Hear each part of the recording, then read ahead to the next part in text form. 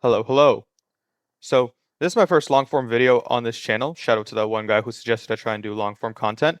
And as you can see by the YouTube title and the YouTube thumbnail, I'm going to be talking about how you can be pro at cat.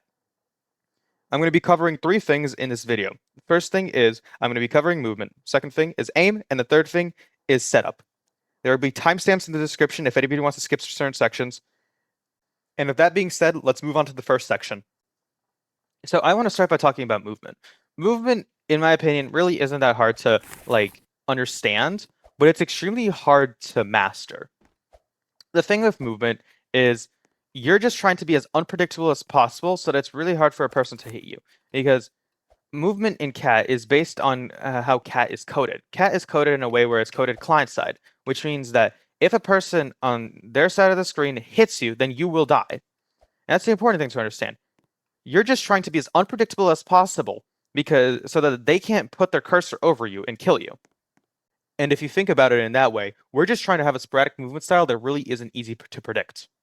So the first thing that I want to actually talk about is what not to do. There's two things that I really do not recommend anybody doing. And the first thing is walking in a straight line. I think this is extremely self-explanatory because it is extremely easy to hit somebody that's just walking in a straight line. Next thing is don't spam jump. Spam jumping is an extremely predictable pattern that can easily get you killed. And so I wouldn't really do it. So what are you actually trying to achieve? What is a good movement style? This is the movement style that I use personally, and it's having sporadic jumps, which basically means like I jump somewhat randomly around, but it's and also having a zigzaggy pattern, which tries to stay in your walls. Walls are also a very important thing in cat. So like if I get behind this wall, like nobody's going to be able to see me. So it's possible for somebody to just not know that I'm right here. And it's also a lot harder for somebody to hit because not everybody has like a tactical or an AWP to just shoot through the wall and be able to just easily kill you. So my real recommendation of movement is to have a sporadic movement style where you're not easily able to be hit. Use walls to your advantage as much as possible and jump semi-regularly, but also not to the point where somebody can easily hit you if you're jumping way too much. So the next thing that I want to talk about before moving on to more advanced stuff is I want to talk about the heart balloon. There's nothing really easy, like much to say about the heart balloon. It just gives you extra height.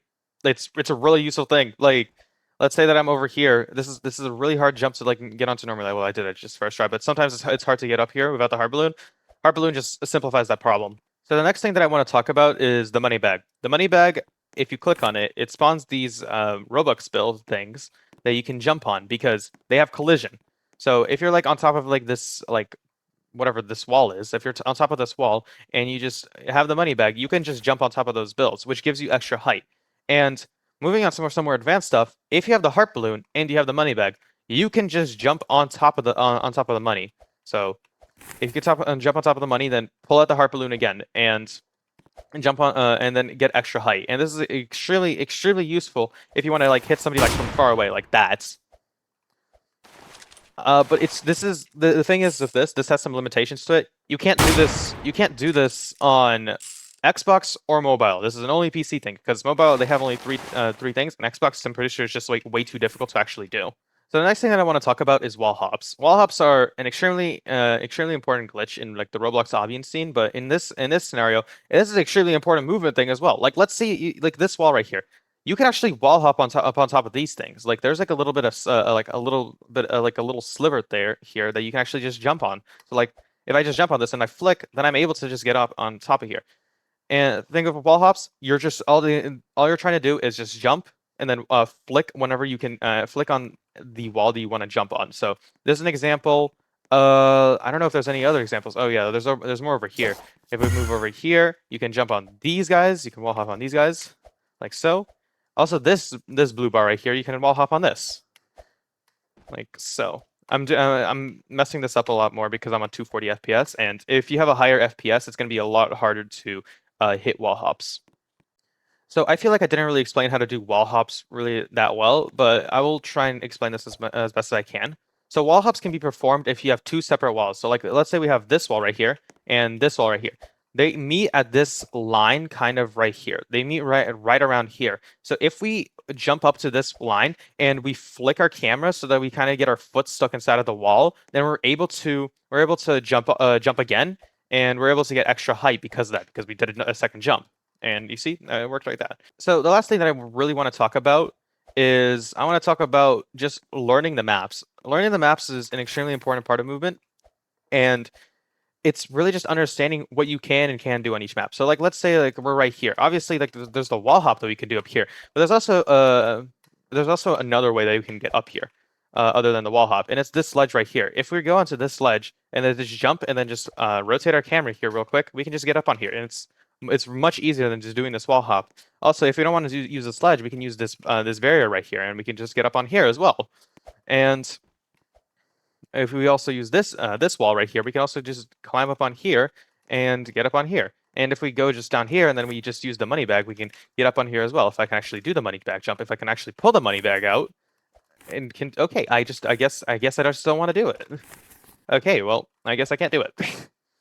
But that's kind of that's kind of really it. Just learning the maps is probably one of the most important things that you really can do whenever doing movement. If you know what you can do on the maps, then it's a lot easier to play, because being up here is really important if you want to get like a good kill streak, because you can like see this area right here and you can see this area right here. Come on, come on.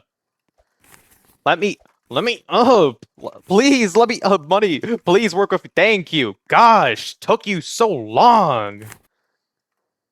So yeah, I still struggle with the money bag jump sometimes, but I want to comment a little bit more on what makes the money jump like a little bit hard to do, because you really need to get it so that whenever you jump up, you want to click the money bag a little bit before you start coming down. So like basically hit the top part of my jump, and then I click the money and then I jump on it again. The other thing about money is the money jump is sometimes you actually get it so that like you don't get the enough height sometimes because you pulled out the heart balloon a little bit too late or something like that. So, and also it's possible for you to land on the side of the money, so you don't jump on top of the money, you land on the side of the money, and it sends you to like whichever side are on, because you're basically just jumping like you're jumping off of like a ledge like this. You're basically like climbing on top of like a ledge like this whenever you jump on the money on the side, and whenever you click the jump button, you just jump off to the side like that. So that's sometimes a thing that can happen with money jump, and it's just kind of a normal thing that you have to deal with. So there really isn't that much to talk about when it comes to aiming, but because it's really just like understanding if you can like hit your shots and all that. But there are still a few things that I can say about whenever it comes to aim. So the first thing that you really need to understand is sensitivity and DPI. If you're on PC, if your mouse has its own software, like a Logitech mouse, you're going to be able to adjust your DPI. And what works for me is 500 DPI. I use 500 DPI so that I can move my mouse around, and make micro adjustments, so that I can like, if I need to, I can just like move my mouse a little bit. But if I also need to, I can move my mouse like a lot, like that.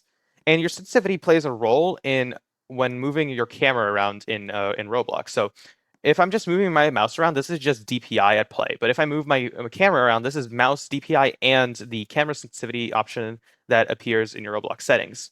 And I'm talking about this strictly about PC, because this is completely different for mobile and for Xbox. So I'm not getting into that because I really have zero experience in that. But you just want to find some DPI and some sensitivity combination that's good for you, where you can easily rotate your camera, and also easily move your mouse around to make precision shots on people's heads. The next thing that I want to talk about is first person versus third person. I personally would never play in first person. I feel like this is too much of a disadvantage for most situations, because like let's say that I'm right here. I'm in first person. Wow, I don't see much behind this roof. But if I'm in third person, I can see a lot more behind this roof. And it just really comes down to as simple as that. Third person is much better because you have a lot more sights. But there, however, is an issue whenever it comes to your Roblox character. Like let's say that I'm like standing like on this roof, and there's some guy that's over there.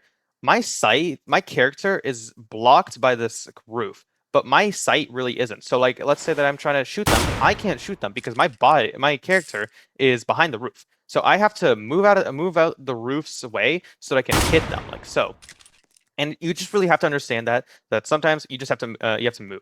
So that's the one limitation about third person, but it's a really easy thing to deal with. So now I'm going to talk about your setup. So your setup is going to be focusing on these three boxes and this box right here. But in this box is just your gears, and you really just want to have heart balloon and money bag, and that's really it. Nothing else to it. But I'm going to start by talking about the knife power, or the knife ability, as I like to call it. And the thing with the knife ability is you're just trying to. My priority whenever choosing a knife ability, this is my personal preference, is something that gives me as many gems as possible. It gives me as many gems as possible. It's hit scan, and it's also fast. So what I mean by hit scan is basically means that it's an instant travel knife. So basically this excludes the default knife, the agile knife, the ghost knife, the explosive knife, and the shotgun knife. These are not hit scan, and I'd prefer something that I can actually like easily hit somebody if I just put my cursor over them. It's basically turns the knife into like a guns, because like guns, they're hit scan. So like if I shoot my gun like that, it travels instantly. If I shoot my knife like that, it also travels instantly. But my next criteria is about gems. So this basically excludes hyper beam and def beam as well, and also custom beam if you have that. But custom beams are so rare. They don't give any gems. That's the one thing about them. They don't give any gems, so it's kind of bad. I personally wouldn't use them. So that leaves the no scope, the laser, and the Tesla. And these three, they're all really good because they're all hit scan. But the thing is, laser is actually a bit slower than no scope and Tesla. Laser actually travels at you have to charge your knife for 200 milliseconds before releasing your knife, so you'll be able to throw the laser. No scope only charges for 160, and same thing with Tesla. So why do I use Tesla over no scope? Tesla, it's not even that I use the electricity to be able to hit, because if somebody walks into the electricity of the Tesla, it kills them. But the reason I use Tesla is not because I want the person to walk into the electricity, or well, sometimes if like they're like around a corner, they're just camping a corner. Sometimes it's really good for that as well. But it's because Tesla actually gives 2 gems per kill, and no scope only gives 1 gem per kill. So if you have Tesla, I would absolutely use Tesla because it just gives more gems. But no scope is also a really good choice if you just don't have Tesla, or don't want to spend the Robux on Tesla. There's also spam knife. If anybody has that, I personally wouldn't use this. I personally don't use this because A, it's kind of scummy. B, it just is kind of inaccurate on far targets. So like, let's say that like I go into like this main area of the classic map. Let's say that there's somebody over there. They can easily just hit me from behind there if they just like quickly move out and just shoot me. So I personally don't use that. I personally don't use spam knife, and I like Tesla a lot more. Moving on to the gun though. The gun is probably the most interesting part about this, because your thing with the gun is you want to either use tactical, rapid fire, R6, or an AWP. So I'll go through everything that I just mentioned and why I would only use like those specifically, and not any other guns. So I'm gonna start talking about tactical. Tactical is the cheapest gun of the 4 that I mentioned, and the reason why I mentioned this gun is because it's an instant pullout. So like, let's say that I pull out my gun, I can basically shoot it almost instantly. Like, you see how fast it is? That is like not normal for any other gun. So. And it also travels through walls, like a short amount, but it can still travel through walls. So like, let's say there's a person standing right here. If I hit them, then they're dead. It's that simple. The next thing is rapid fire. Rapid fire. If you have this, you could use this because there's some setups that actually make rapid fire good. Like, it costs 3,750, or used to cost because it's currently off sale. It has 6 bullets and it shoots really quickly. There's nothing else to say about that. It's also a really good gun because it just shoots so quickly, and it has 6 bullets in it. The next gun that I wanted to talk about was the R6 revolver, and the R6 revolver and the rapid fire are basically the same gun. Just the rapid fire is for Robux, and the R6 you get for free in Cat. But there's a little bit of a caveat. So they're technically different guns, but from what I understand right now, the R6 and the rapid fire shoot at about the same speed, and they both have 6 bullets, but the difference is R6 you used to be able to get if you crafted 8 ops together, and the rapid fire you got for Robux. That's kind of the only difference. The last gun that I wanted to mention was the AWP. Any AWP, like the op, the normal op, the AWP Neo, or the Def Op. One of those 3. The thing with them is they have 10 bullets, they can shoot through walls, but they give 0 gems, and that's kind of why I don't really like them. The knife is the last thing that I wanted to mention for a good reason, and that's because you should, if you have the chaos knife, absolutely use the chaos knife. And there's a good reason for that. If you know why I'm saying this, you perfectly understand. You understand perfectly why I'm suggesting everybody should use this chaos knife. And the reason of that is there's a bug with this chaos knife. If you have the chaos knife equipped and you kill somebody using your revolver, you will always get 3 gems, no matter what gun it is. So like, let's say if I kill somebody with this tactical, I will get 3 gems for free, basically.